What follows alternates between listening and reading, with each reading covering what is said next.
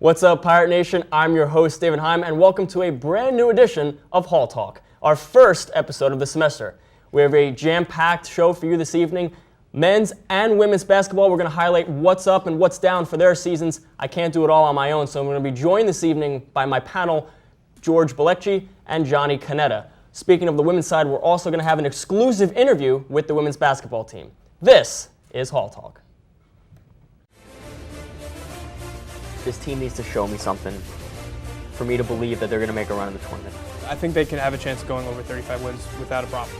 Just stepping up from the 4 points to the 17. She's just dropping threes like there's no tomorrow. But chemistry is an underrated key in college basketball. That was by far the best game I've seen them play. This is Hall Talk, and that's how the chalk talks.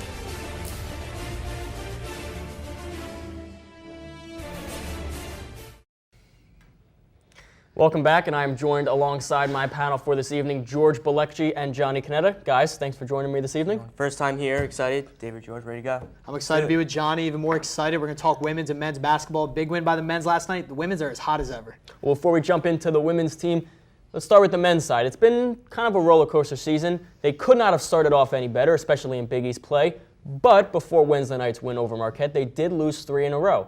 So what better thing to do right now than talk about who's up and who's down for the men's side? And Johnny, I'll start with you. Who's up for me is the freshman, not Isaiah Whitehead, but Angel Delgado. He's been a huge presence at the boards. Those rebounds are huge for us, averaging 10 points, rebounds per game in conference play. Big East Rookie of the Week twice thus far. Second among all freshmen in the nation with rebounds and double-doubles. The big stat that stands out to me is 19 and 19 against, even though it's a loss, 19 points, 19 rebounds against DePaul. I think that was huge. He's really stepped up. With the absence of Isaiah Whitehead since that Georgia game, I really think Angel Delgado, he's up for me. Yeah, he did have a monster week last week. 12 and a half and 13, as you see on the bottom of your screen. The kid just seems to show up every night, double-double every night. Seems to be very consistent and a good story for the Pirates this season. George? I mean, Johnny took all the words out of my mouth. I can't stop saying enough about Angel Delgado. You always have to stop and remind yourself that he is a freshman. He looks like a junior senior out there. But I'll go to another freshman, and to me it's Kadeen Carrington. You see in his debut, his first start was against DePaul. He had 12 points, 4 rebounds as well. And then you see him go in their win against Marquette, 20 points, finally found his three-point shot, 3 for 4 from outside the arc. He's up for me right now, but obviously you can't mention who's hot for this team without talking Sterling Gibbs. You see what he does in the win against Marquette. 6 3-pointers in the game, 24 points he finishes with, a career high 10 assists. And Kadeen Carrington, when he was talking to John Fanta after the game himself, he said that Sterling Gibbs opens up passing lanes for Dino. That's why he had so many assists himself. Sterling with 6 3-pointers. That's the first time we've seen him have that many since his 40-point game against Illinois State. Right now, he is up. He needs the guys around him to flow. And you see what a big recovery game it was for them when they win against Marquette. All 5 starters in double figures. I'm concerned there was no points off the bench, but a win is a win, especially in the road in the Big East. Big for Brandon Mobley and Harold Carlos since they've been here. Since the program has been facing Marquette since 2006, they've never won in Marquette. It was a big-time win for them. They really need to stop the skid before they came home to face Xavier. I agree with everything you said about Sterling Gibbs. He's definitely the battery of this team. We've seen that. What I will say about Kadeen Carrington, I'll add something there. No one really knew what he was going to bring to this team when he signed on over the summer, myself included. I was like, all right, he'll be a good depth option for this team in the backcourt, but he has become a viable scoring option for this team other than Sterling Gibbs, especially in the wake of the Isaiah Whitehead injury. So it's nice to see him come along and really have a significant role with this team. George, I'll stay with you. Who's down on this team? For me right down, it's the half-court offense. This is a team that loves to run the ball, push it in transition, get defensive rebounds, and force turnovers. And if I was to tell you a team had a 22-4 run and an 8-1 run in the same half and still lost to DePaul, would you believe it? And you also look at that offense outside of Sterling Gibbs. And what I'm going to go to is you see when he fouls out in the overtime loss to Butler, no one knew who to pass the ball to, no one knew who had the late-game shots, and they lose. Billy Garrett Jr., who was the leading scorer for DePaul, he fouls out. They're down by 2. They go on to win by 4.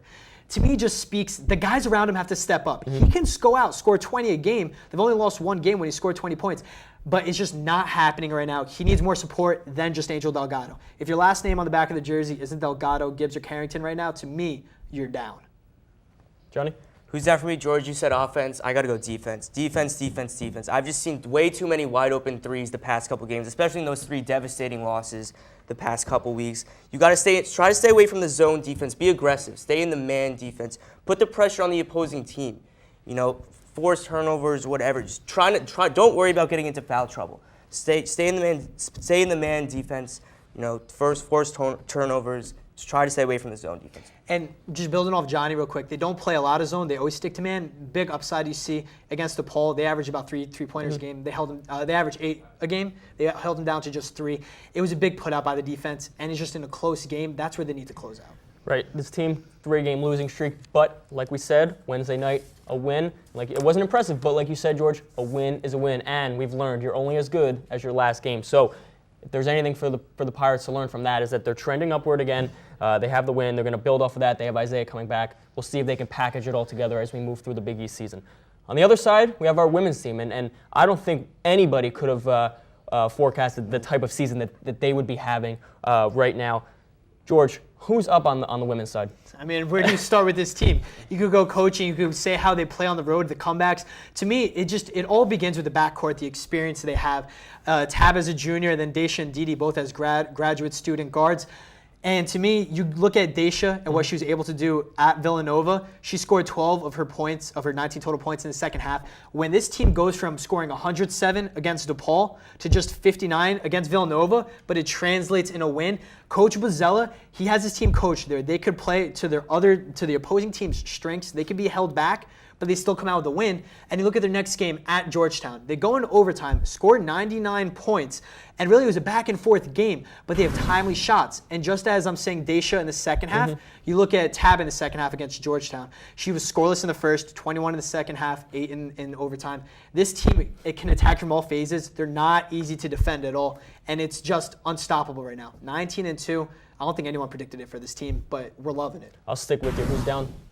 Down, I mean, you're just thirsty if you're looking for who's down on this team. But one thing I can point out, and that is for sure, you go to the fans. For the home games right now, this team is 19-2. They're 19-2, and we're averaging just under 600 fans a game. You see, for every men's home game, they're talking about the student section, the crowd, how amped they are, but it just simply isn't enough. You need to show up. It's a small walk from your dorm in Boland and Xavier, wherever you stay.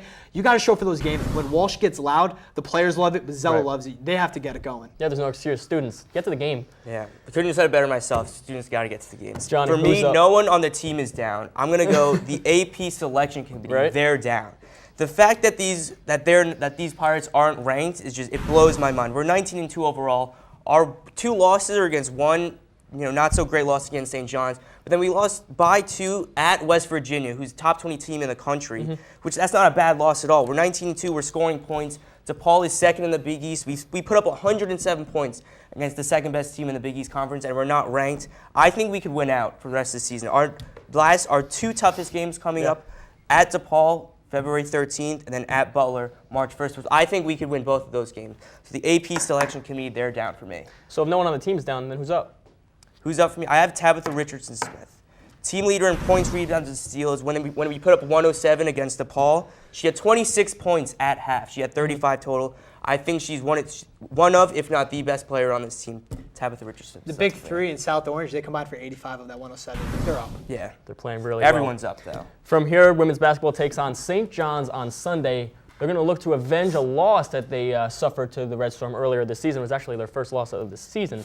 Our very own Ryan Flannery had the chance to sit down with the women's basketball team as he talks about the upcoming game and this season's success. Ryan? All right, Dave, thank you very much. Obviously, I'm here with head coach of the women's basketball team, Tony Bozzella. Tony, first of all, how are you today? Fine, Ryan. Nice to see you again. Good to see you, Coach. And, I mean, what a season it's been for you guys so far. You were 19-2, 13-0 at home, 1 loss in the Big East. You guys are just on fire this year. What has been the mentality of this team that has just kept this team so good? They've never accepted, defeat. And the 2 losses we had, we've bounced back each time from them, and they're always striving to get better. And I give them a lot of credit for that, Ryan. It's not easy to win any games, let alone as many games as we've won, and they've always just found a way to win.